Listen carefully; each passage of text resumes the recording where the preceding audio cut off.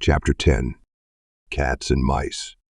The dim electronic lights on the wall waver, simulating a draft as the door to the cafe closes. Taryn and Saren gaze at the door that just closed behind Raylan. They sit in silence at a low tea table. Saren sprawls over a large cushion like a sated cat, hoisting her head with her hand. Her left foot twitches to the rhythm of a traditional Maranth folk song. Can you tell me now what's wrong with you? Saren asks flatly. Taryn gazes at her teacup on the table, her arms clasped tight around her knees. With a sigh, she leans forward and takes the porcelain cup, tracing its intricate patterns with her eyes. Finally, she takes a sip and savors the full, spicy aroma. She looks at the cup again. I have a really bad feeling about Ray. Taryn murmurs quietly. Well, share it. Saren replies. Then it's only really bad. Saren shrugs her shoulders and slides closer to Taryn. Come on, spill it. When Saren met Taryn last year, she was instantly drawn to Taryn's straightforward nature. Saren's family vehemently despised her style of life, laughing at her desire to love and be loved by another Len. Back then, Taryn was her anchor, and she will never forget that. Taryn puts down the teacup and glances over the cafe. The Ama owner and an older crow at the bar watch the sports channel on the TV screen. Ray may be the reason we fail missions that target Winslow Industries. Taryn quietly says. Come again? Saren slides even closer. To combine Raylan and treason in the same sentence is incomprehensible for her. She would not even be here if it were not for Raylan. When she got caught in the ATC grid, it was Raylan who uploaded the fake evidence that caused a mistrial and finally set her free. I know it sounds weird. Taryn says. And I only ran a basic scan, but She checks her arm clip and reads the message aloud. correlation coefficient between Object A and Winslow mission failure. 0.59 at 82% probability. What? One could literally chase Saren away with discussions about mathematics or logic in general. As Len, Saren is a definite outlier.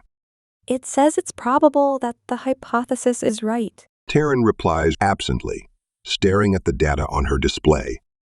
What's a hypothesis? By the gods, Saren. Taryn is annoyed at her friend's ignorance, but after looking into her grinning face, she has to chuckle.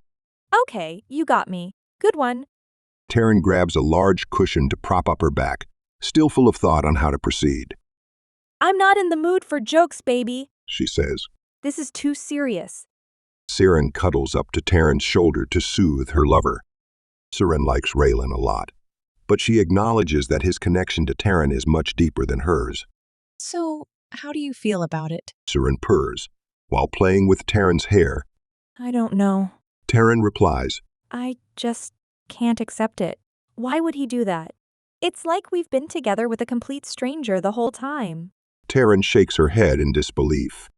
Well, brooding will get us nowhere. Saren snorts and activates her arm clip. I'll call a driver to take us to the council contact. She says. I hope she's available. She adds as she sends out a CM message. You'll love the ride. Saren chuckles. It's an old Cherox, completely overhauled with new suspension, custom tires, black paint. Looks awesome. Saren is proud of her crew of independent drivers. Everyone was handpicked and loyal to the bone. And you don't think that's a little too flashy? Taryn never doubts Saren's judgment on her teams, but her methods are sometimes questionable. No. Saren objects vehemently. This car is the opposite of flashy. It's pitch black, low-key. Still awesome. You'll see. Sounds like a radical concept. Taryn answers. But then, we never had problems when you organized the teams. Yup, that's what I do. Saren beams with pride. Saving the world and looking good doing it. Show off. Taryn throws a small cushion at Saren. Hey, Taryn, no pillow fights. The AMA owner leans over the counter with spread hands and bulging breast muscle. Taryn lowers her head and lifts her hands up as a sign of apology. The door opens and a mixed group of dark-skinned crow and AMA enter the cafe. The owner greets them as well-known patrons and offers a table further in the back. Apparently, the day shift at the industrial park has ended. As the workers eye the two Len resting together on their cushions, Taryn can already sense their prejudice. She recognizes a few of their faces and knows what is about to happen.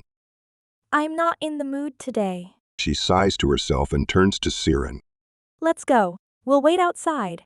Taryn motions her to the door. Look at that. A crow worker sneers, pointing in their direction.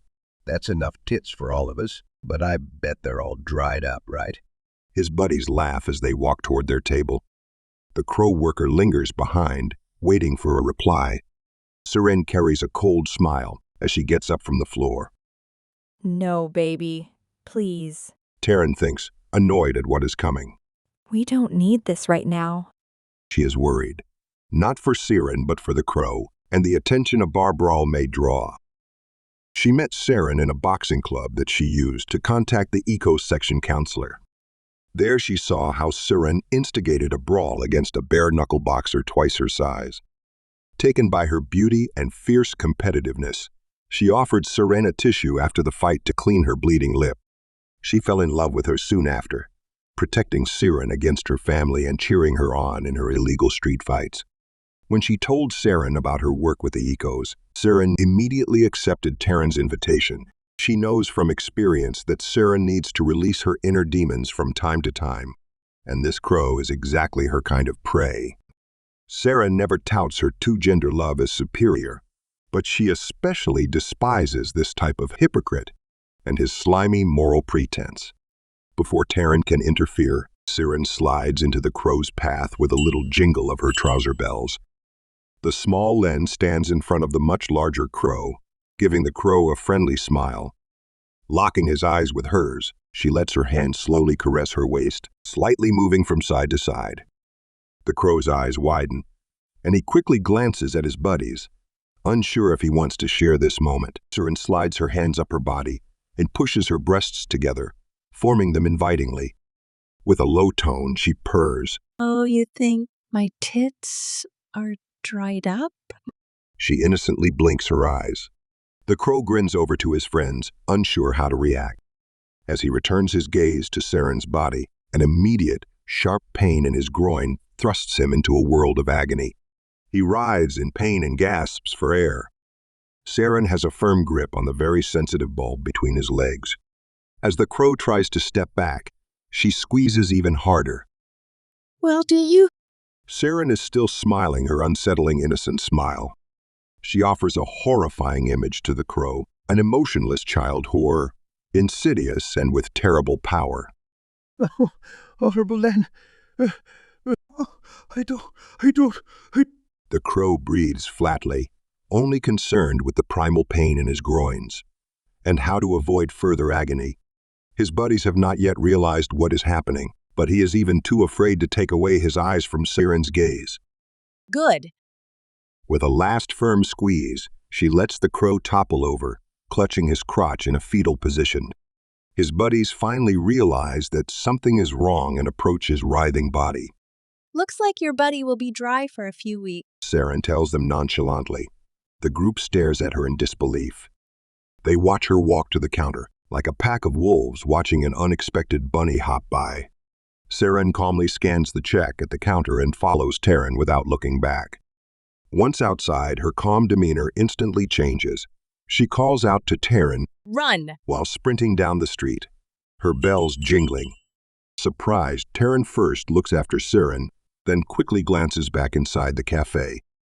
An Amma kneels beside the unfortunate crow on the floor while others point toward her. Taryn swirls on her heels and starts running to catch up with Siren. Loud shouting fills the alley as the workers bust on the sidewalk. There they are. Get 'em. Meanwhile, the two crows still sit quietly at the sidewalk table, their long black robes swaying as they watch the scene. Taryn slides around the corner and finds Siren weaving her way through the market. Her fluid movements seem like a graceful dance as she glides by vendors and customers alike. She turns another corner toward the highway and stops at a fabric booth, featuring a fusion of ornamental manth patterns and formal Verloren art. Siren, you're crazy. Taryn gasps as she catches up to her friend. She grabs Siren's shoulder and tries to catch her breath. Siren surveys the market crowd, but they seem to be in the clear. Well, that was fun. She beams at Taryn, prancing a few steps to let her bells jingle loudly. Give me a heads up next time. Please. Taryn is still out of breath. She admires Saren's fitness and physical prowess, but not her aggressive streak. You just can't let go, can you? Taryn has witnessed a few of her brawls and learned how terrifying a trained Len with cat-like reflexes can be. Saren looks up from her arm clip and grins at Taryn. Never give up. She motions for Taryn to follow her. Let's head down to Foster Street. We'll meet the driver there. Foster Street is one of the main highways that connect the Caseton district with the city's freeway system. A constant stream of cars flows by as the two Len wait for their pickup. The heat of the day still hangs in the air. With a soft horn sound, a black Chirox Roadmaster veers out of the traffic, pulling up to the curb. Its matte black paint reflects no light. All windows are deeply tinted. There are no shiny chrome linings nor reflective surfaces. Without the front light strips, the car would be a mere shadow. With a humming whir, its low-profile tires come to a stop. The passenger doors open with a hiss and bass-heavy pop music resounds on the sidewalk. Come on in. An ama in blue overalls calls out. She bends forward to greet them and braids of her hair fall off her shoulders. Taryn gets in the back, happy to stretch out for a while. Saren hops in the front and the ama greets her silently with a fist-up-top move. Hey, Pris. Saren nods at her, leaning back. Let's roll. The Chirox lurches forward and threads back into traffic. Where to? Pris asks, her hand resting on a small black steering wheel. Saren turns toward her with a mischievous smile on her face. Let's go to the beach. They say it's beautiful there at night. The beach? Pris exclaims, surprised. That's a 3-hour round trip. You said just a little secret ride. Len, I got a kid to look after. Her eyes glance nervously at Saren. Yeah, I'm sorry. Saren apologizes. Should have told you. We can still find another driver. It's no big deal. Saren says, shrugging her shoulders. No. Pris interjects. She licks her lips and her eyes dart from the traffic to Saren and back. I just gotta make a call. She hits the brakes and pulls up to the curb. Her door opens and she turns to Saren. A private call. They watch Pris walk in front of the car toward the sidewalk. Even for an ama, she features a stocky build. Do you trust her? Taryn looks on as Pris talks into her arm clip. With my life. Saren nods and turns to face Taryn. Pris has not been with us for long, but she is absolutely straight. She had a rough time in Dushama. The section didn't treat her well. And then her kid, cute little bugger, keeps her grounded on what really matters. Okay. Taryn says. You trust her. That's good enough for me. She is not interested in details. Her detachment from the people she works with shields her from too much emotional strain when another operative ends up in federal prison, or worse. Pris returns to the car and gives Saren a thumbs up. Easing the Chirox back into the traffic, she confirms to Saren. I got the neighbor to babysit him. They're good people. Despite her assuring voice, her face shows her worries about leaving her child alone for longer than expected. I'm gonna power off for a while. Taryn sounds from the back. She lays down across the seats and uses her folded arm as a pillow. She murmurs, No sudden braking, please. You got it, boss. Pris affirms. And here's a little something for your comfort. Pris taps the console, and a thick, translucent carbon fiber pane slides up to the roof, dividing the car in two sections. Saren glances back and sees Taryn's raised thumb. I nabbed that from a junkyard. Can you believe it? Pris points her thumb back at the divider pane.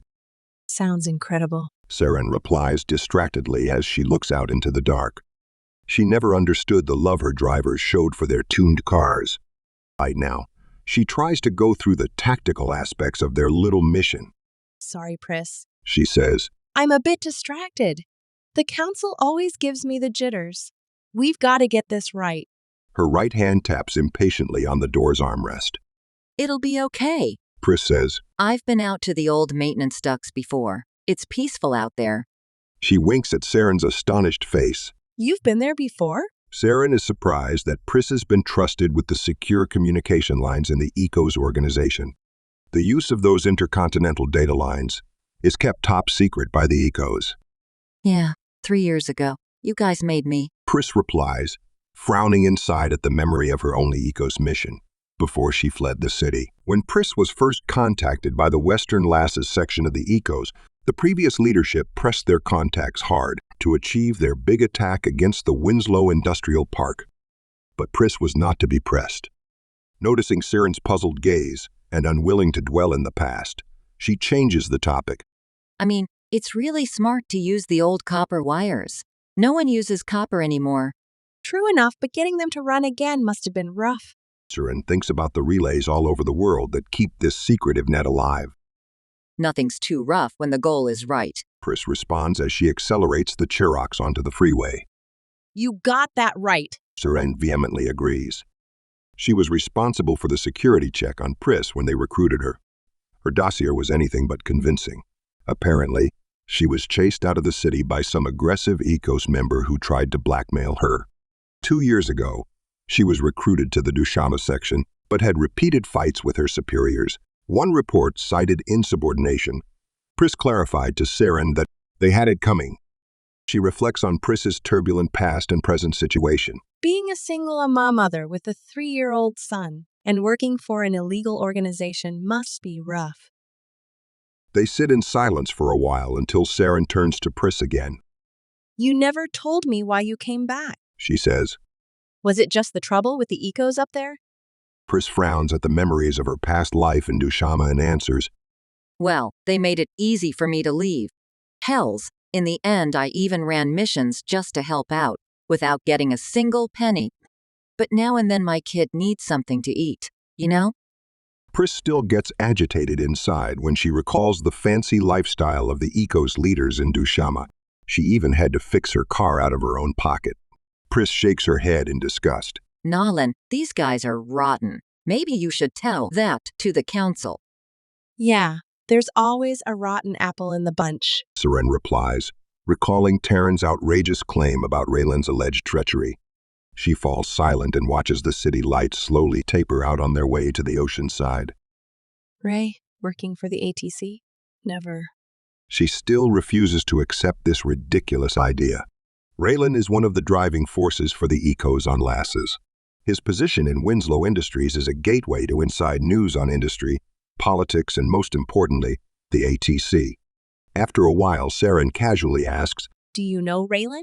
Sure, who doesn't know Raylan Winslow Jr.? Saved his ass yesterday, too. Pris grins and winks at Siren. Oh yeah, the pickup job. Siren recalls that Pris was on the team to pick up Raylan after the busted mission yesterday. What did he say? Nothing. Pris replies. I didn't tell him who I am. She steers the car toward the next off-ramp. Answering Siren's surprised expression, she adds, Just following protocol. You can't tell what you don't know. Pris found that to be a good principle. Home. Siren grunts affirmatively, finding her assessment of Pris confirmed. She's solid. I don't know him that well anyways. Pris says, We went to school together before I quit. After that I've seen him at parties sometimes. Pris pauses her explanation to check the traffic at the intersection. She takes a sharp turn onto Hammond Drive and settles back into her seat. Oh yeah, I remember. He had a thing for Taryn and this Amma. What's her face? Can't remember her name. They split right before I moved up to Dushama. Shadows suddenly run over Pris' face as she contemplates her rash decision to leave the city and everyone behind. She stares out onto the road. That's why I'm here, I guess. Pris affirms her own agenda to herself. To make things right for Korn.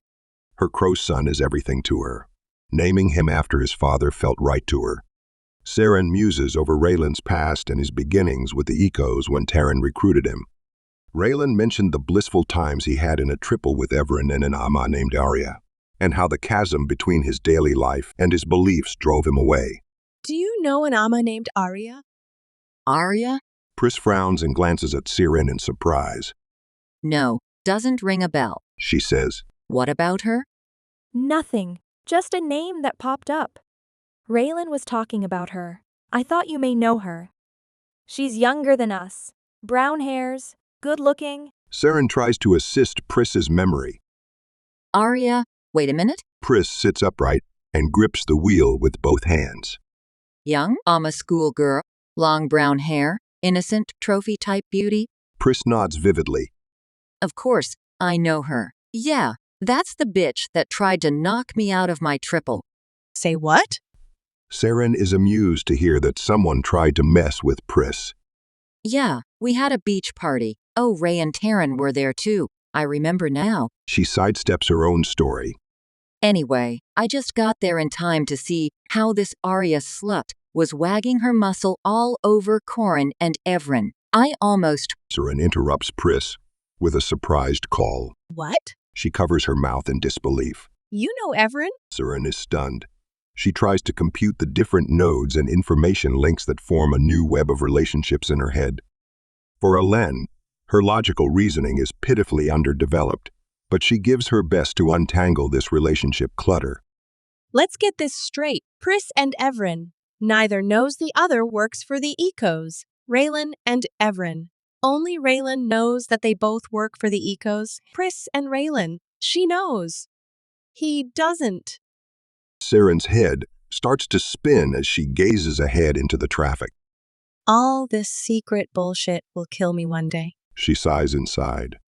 Yeah, I know Evren. Pris replies. Oh, believe me, I know Evren. She lets out a long breath and swallows hard. I know you, Ev. She thinks lovingly. And to be without you has been hell's in the first years. Why? You know her too? Pris's body tenses as she awaits Saren's answer. In fact, I do. Saren answers as she observes brake lights flare up in the distance. What's she doing now? Pris quickly asks. Saren instinctively considers her answer carefully. Not sure, really. She says warily. We just meet now and then. She lies casually. Ray introduced her to me. Okay. Well, good to know she's still in the city. I'll hook up with her one day. Pris lies in return as casually as Saren. The cars ahead of them slow down and Pris takes her foot of the gas. Oh, but don't tell her. I want it to be a surprise. Pris adds with a weak smile. Yeah, right. Saren thinks to herself. There's something else, but if you don't want to talk about it, that's fine. Ahead of them, cars roll along in a stop-and-go traffic jam. Damn it, what's going on? Yeah, now what? I don't know. Everything's so strange right now.